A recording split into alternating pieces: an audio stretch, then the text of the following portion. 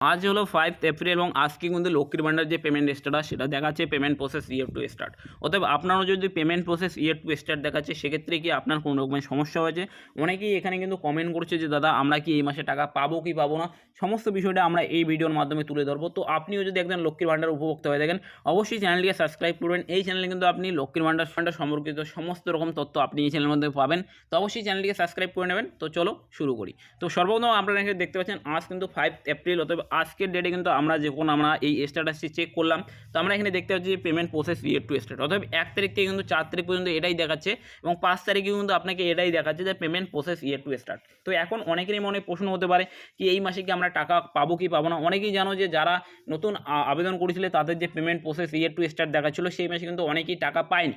তো সেক্ষেত্রে এই মাসেও কিন্তু অনেকেরই মনে এটা লাগতে পারে যে আমরা কি টাকা পাবো কি পাবো না। তো আমি আপনাদেরকে বলতে চাচ্ছি যে আপনি যদি অলরেডি লক্ষ্মীর ভান্ডারের উপভোক্তা হয়ে থাকেন অতএব আপনি অলরেডি টাকা পেয়েছেন এবং আপনি ভাবছেন যে এই মাসে আমি টাকা পাবো কি পাবো না, তো আপনার চিন্তা করার কোনো কারণ নেই।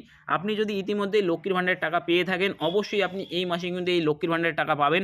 আর যদি আমি বলি যে নতুনদের ক্ষেত্রে যদি তোমরা কখনোই টাকা পাওনি এবং তোমাদের এই মাসের পেমেন্ট দেখাচ্ছে payment process year to start, সেক্ষেত্রে হতে পারে আপনার যে টাকা সেটা আপনার ব্যাঙ্ক অ্যাকাউন্টে নাও ঢুকতে পারে।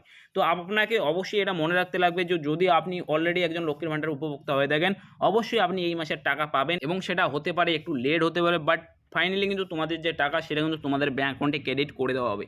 তো এই যে টাকা সম্ভবত এই মাসে কিন্তু আপনাদের 15 থেকে 16 তারিখ পর্যন্ত যেতে পারে এই টাকা আপনার ব্যাঙ্ক অ্যাকাউন্টে ক্রেডিট হতে।